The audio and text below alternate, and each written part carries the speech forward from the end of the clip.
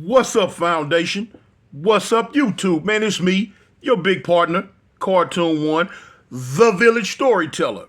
And I'm back to tell a story that comes straight out the village. Y'all know what's up.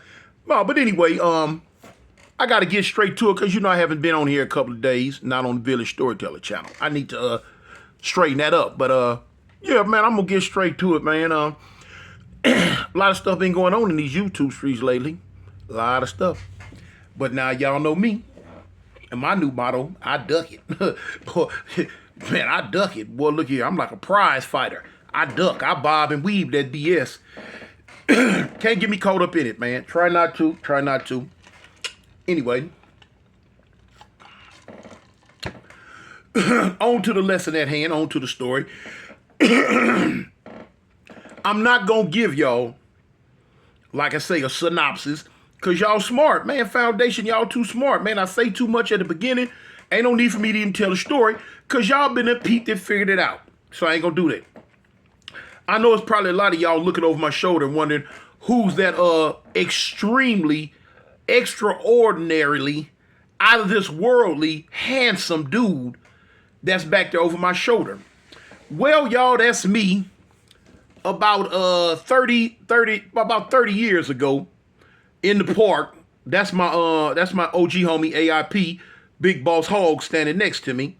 But that was me during the interview of the video of the documentary called Bastards of the Party. That's when they came to our set and was talking to us, of course. If I'm on the street at the time, I must be spoken to. No, not for real. But yeah, that's me, man. When they was talking to us on this at the thing for Bastards of the Party. But anyway, on to the story. On to the story. Man, this story here takes place, as y'all already know, I try not to give certain cities, not certain areas, certain specific, not gonna never use certain type gangs, this, that, and the other, you know what I'm saying? Because it's all fictitious. It's all fictitious. That means made up stories for your entertainment purposes. Boom. Man, this story take place, man. 3 young dudes, man, in high school. 3 young dudes, they ran together. You had Chris, you had Anthony, and you had Tony. All of them was gang related. Oh yeah, all of them. I'm talking about they was in it to win it. They was needy. They all of them was 17, about to graduate. They weren't really going to school too much anyway. But they was in it to win it, man. Well-known little young hitters from their neighborhood, popular with the girls, very popular with their enemies because the enemies wanted to get at them. But you had Chris, Anthony, and Tony, man, and they ran together. They were inseparable, man. Everywhere they went, they were together, all of them. You said something to one, you said something to all of them. If one spoke, the other one could finish the sentence. That's how close they were. They weren't related by blood. They weren't blood kin, but they were related by heart. They were related by their soul, their spirit. That's how close they were with each other. So anyway, they needed some money for some Jordans. Now, all y'all know that when these Jordans come out, everybody go crazy. They go crazy, man. It'd be lines and flocks of people around the corner. So then word to come out 2-3 weeks ahead of time on what day the shoes coming out, what store is gonna be selling them, a whole hookup. So now they young cats in that age group that they really excited about this. So now when Chris came, he like, man, check this out, man. Y'all know them new J's coming out on such and such and such and such day. Now the day that he was speaking on was like a week from the day that they speaking on, that they talking at that time. So they was like, oh man, yeah, we got to get some. So now, of course, all 3 of them was poor. They didn't really have money. They folks, all of them came from a single parent household. Mom's working 2-3 different jobs just to put food on the table and keep the rent paid. So she didn't have money to spare to give them for somebody some shoes that cost them $300-400. Now they had to get up, get out, and get something. They had to go get that themselves. They had to barbecue or mildew. They had to boo-boo or get off the toilet. And these 3 individuals right here, they was going to barbecue. They wasn't about no meal doing. They were going to boo-boo on someone. because they wasn't finna get off the toilet, not for free. So anyway, man, they putting their heads together, man. They kicking it in their park, and they talking about it. And so they like, well, look, man, I know a little dude, man. He keep money. He always got money. So this was Chris talking. Chris was somewhat of like the ringleader, but all three of them was on the same level. But Chris was more of an outgoing type person. He spoke up a lot, spoke up. And, his voice carried a lot of weight with the three. So, Chris was telling me, say, man, I know a dude, man. He always keep money, man. He always got some money, man. And whoop, whoop, whoop, whoop, whoop. So now Tony was like, oh, shoot, what we going to do? Rob him? What's up? So Chris was like, no, we ain't got to rob him. I'm going to get at him and find out how he get his money. He said, I got a pretty good idea on how he get it, but, I got to make sure. So, Anthony and Tony was like, okay, well, cool, man, get at it, man. Let, see what old boy talking about, man. This fool going to put us up on some. We can do something, man. Go and get some ends, man. Go shopping, man. Get them new J's when they come out and whatever other paraphernalia we need to make it through these streets. So he was like, all right, well, cool. Couple of days go by. A couple of days go by. Chris ended up running down on the dude he was speaking on. So when he got at him, he got at him straight up, straightforward. He like, look, man, I need some money, homie. I need to get down on whatever you getting down on. So me and my homeboys, man, we can pull a stunt and do whatever we got to do, man, and get paid. So he wanted to know, man, I heard what you be doing, but now I come to get it straight from the horse's mouth to make sure it is what it is, and for you to probably tell me the steps to take so that I can get down too. So he's like, okay. So he said, I tell you what, man, I can't put you all the way in my business. He said, but man, you a cool dude. Me and you ain't never had no problems. He said, man, look, I be breaking in houses. So Chris was like, what? Yeah, that's what I heard, but is it real? That what? He like, yeah, man, I break it. He say, what houses, man? We ain't heard about no houses over here getting broken into. He said, no, you don't want to break in no houses right here in your own neighborhood. Ain't nobody got nothing over here. He said, you got to go way far out, man, where them white folks at up in them hills. He say, up in the hills. He like, yeah. He say, well, how you do? He said, man, I ain't never broke into no house. He said, man, it's a certain way you got to do it. You got to know what you're doing. You got to know how to look for alarms. You got to know how to check for dogs. You got to know how to do all of this. So Chris was letting him know. He say, man, listen, man, we need some help, man. When you go on a lick, man, just take us with you. So the dude was like, man, no, I got a whole crew that I get down with. And so, he let him know, I got a crew, man. I just can't flip-flop the crews like that and bring new people in and do this and this. So after they, Chris trying to, pressing the issue, and he kind of pressing him now. So at the end of the conversation, what they agreed on was, he say, look, I'm gonna peep out a spot for you. I'm gonna tell you where it's at, let you know how to get there. I'm gonna give you the address, tell you, boom. He say, now after that, it's on y'all. So dude was like, all right, well, cool. About 2 more days go by. It's getting close to the deadline for these J's. About 2 more days go by. Old boy get back at Chris, and he give him the address. He told him where the house was, what it looked like. He told him how many people from his knowledge be in the house. Now, it's only supposed to be a man and his wife. They older, though. They old white couple. He say, it should be easy in, easy out. You don't want to hurt nobody. All you want to do is get in, get out. So Chris was like, cool. He gave Chris all the hookup. He told him everything he needed. He said, okay. So now, later on that day, when Chris seen Anthony and Tony, he told them what was up. So they like, yeah, man, I'm down, man. Shoot, however it gonna go. Yeah, that's what's up. Yeah. So the night in question came that they were going to hit the lick. They had the little G-Rod. They made it on up. They made it up into the hills. They seen the house. They passed by it once or twice, kept checking it out. On about the third pass by, they parked the car way, way down. And they walked back in the dark. And they hit this big fence because the house was gated. But they hit the fence, boom, boom, boom, and they made it in to the yard. Weren't no dogs. Wasn't no dogs barking or none of that. So, they hit the old knock on the door, boop, boop, boop, boop, boop. Try to see if anybody answered the door and come on. Ain't nobody answer no door. They knocked again 3 more times. They did it 3 times. Boop, boop, boop. Ain't nobody. So in their mind, no one's home. Cool. Okay. We gonna hit this lick. They found a window that was open. Now, the dude had told Chris that a lot of times entry is not really going to be that hard because up in these gated communities like this here, they not used to a whole lot of crime. They used to live in a certain type lifestyle where, they don't have to worry about nobody crawling in through their windows and this and that. So a lot of times you might find easy access to these houses. So like, okay, well, cool. And that's what they did. They found easy access. They eased in, Chris eased in first. Boom, Chris, Anthony eased in, Tony eased in. So now they creeping through the house. Now they all clumped up together. So now they in a living room like area. And Chris told me, say, look, man, we ain't gonna find none all walking together. We need to split up and find something. So they was like, yeah. So right at that moment when they decided that they were gonna split up and go throughout the house, everything turned bright white. A light came on. When the light came on, they looked. Man, it was a dude standing there, man, with a chopper. Man. This dude had an AR-15 with extendo clip. Old white dude. And they like, oh, they didn't have a chance to get to no gun or none of that. Dude told me, say, the next false move either one of y'all make, I'm going to turn you into jelly. So they like, man, hold on. He like, no.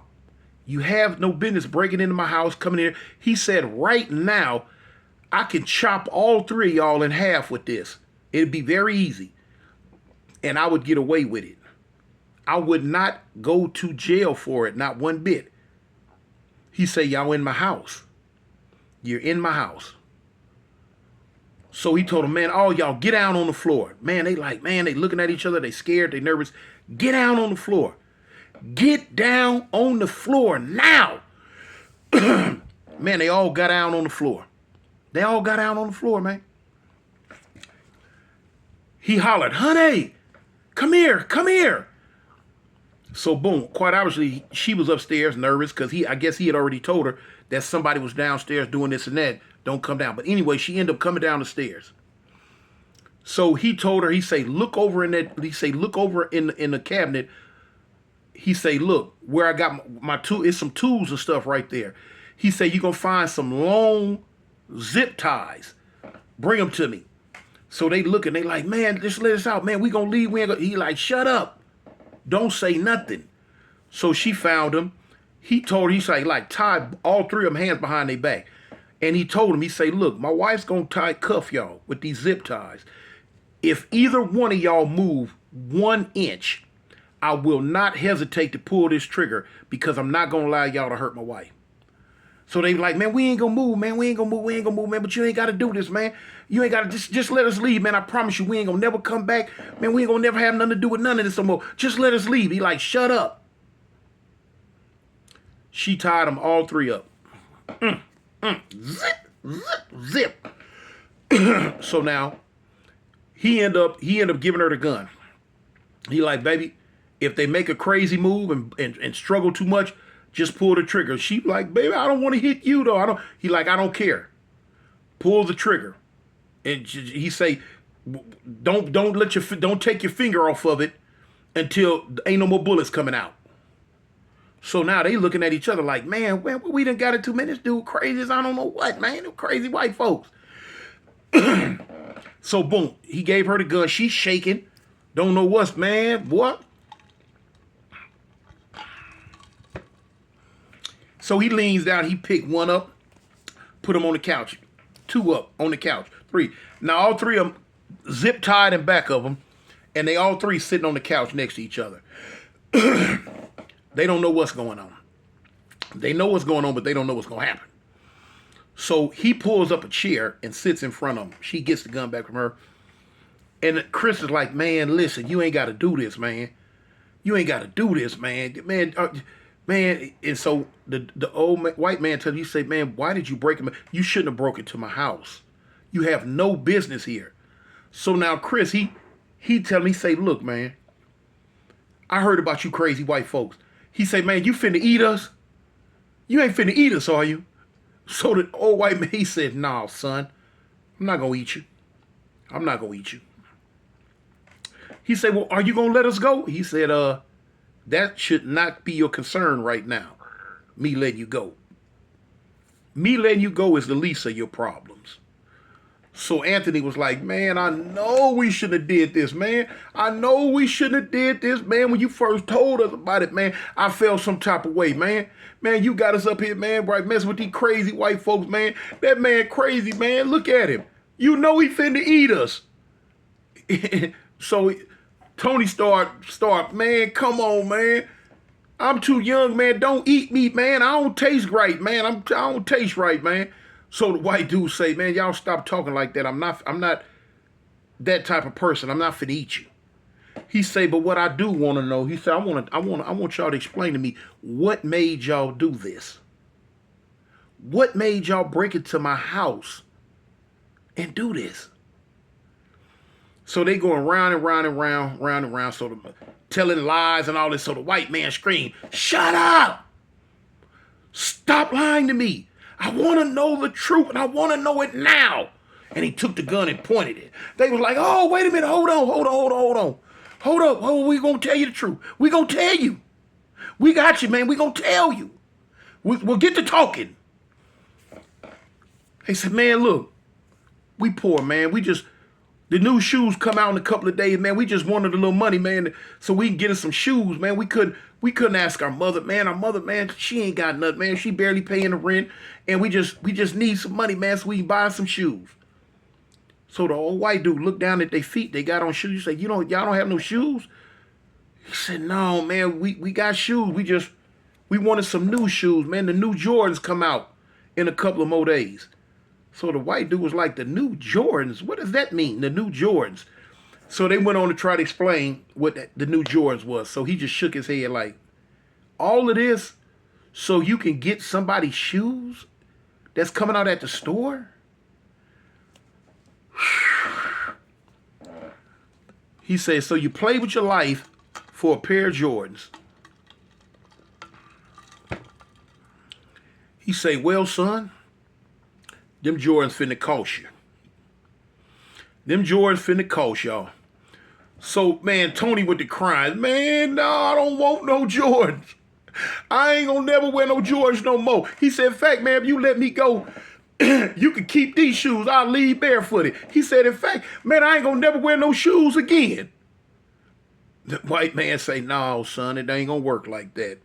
It ain't gonna work like that. Tony went to like, oh, Lord, have mercy. Please let us go, man. I promise you I ain't gonna do this no more.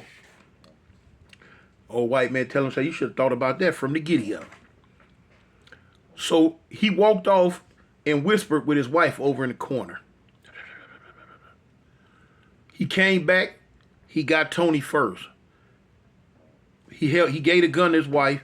He picked Tony up. Tony screamed, no. He told him, shut up. He ducked, walked him through another room, boom. And duck walked him to a door with some stairs that led down into a basement. He took him down there. He stayed down there about 30 minutes. Then he came back up. He looked at Ant and he looked at Chris. He said, which one of y'all next? Chris heard and looked at Ant and hollered, man, he next. It's not me, him. He next. So Ant like, man, God, what you mean I'm next? No, I ain't next. You next. So they going back and forth arguing about who next. So the white man leaned over. He grabbed Chris. Chris hollered, man, come on, man. Nuh-uh. He duck walked him to the stairs, took him down into that basement. Stayed down there about 30 minutes before he come back up. When he came back up,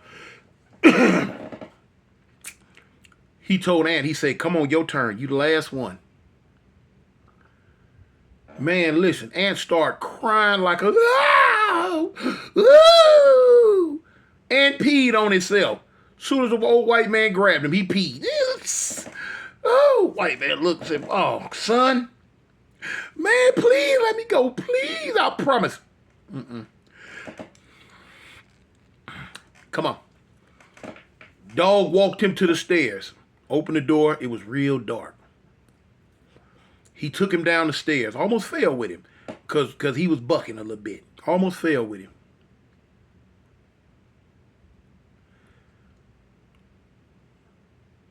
wife stayed upstairs.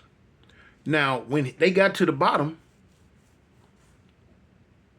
Aunt didn't see Chris or Tony. Didn't see him. It was some other doors in there. You know what I'm saying? It's a big house, big rich man, big houses. But he didn't see them, and he was wondering. So he started hollering, "Where my friends at? Man, where my homeboy? Man, what you doing, my homeboy? Man, you done chopped him up and ate him. You done chopped him up and ate him." He said, "No, I ain't chopped him up, and I haven't eaten him." He said, "I fed them, no." "You fed them? But you fed them to each other?" He said, "No, I fed them, no." He said, "I fed them."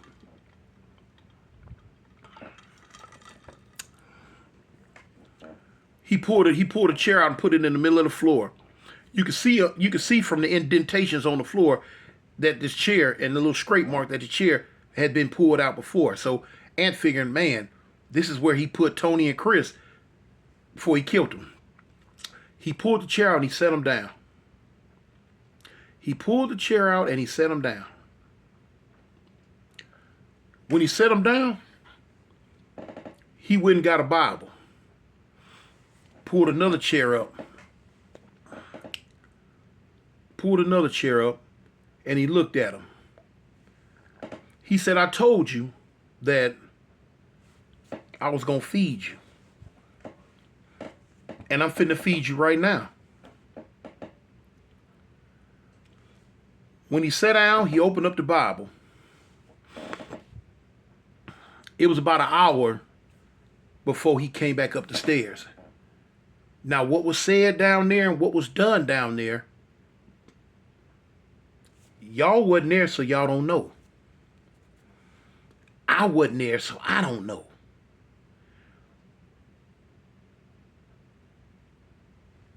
I can tell you when they were seen again, though. It was about a week later when they popped back up on the streets. Where they had been, don't nobody know. They knew. They knew. They knew what it went on. They didn't want to speak about it to nobody else. They didn't want to talk about it to nobody else. But now one thing we do know. In the neighborhood, you had liquor stores on every corner. You had churches on every corner. And I ain't talking about churches chicken. I'm talking about the churches that you go to. On every corner. The main church in they said that Sunday, when that Sunday came, Chris, Anthony, and Tony was seen going into church. They were seen going into church. What kind of shoes you think they had on? Y'all tell me.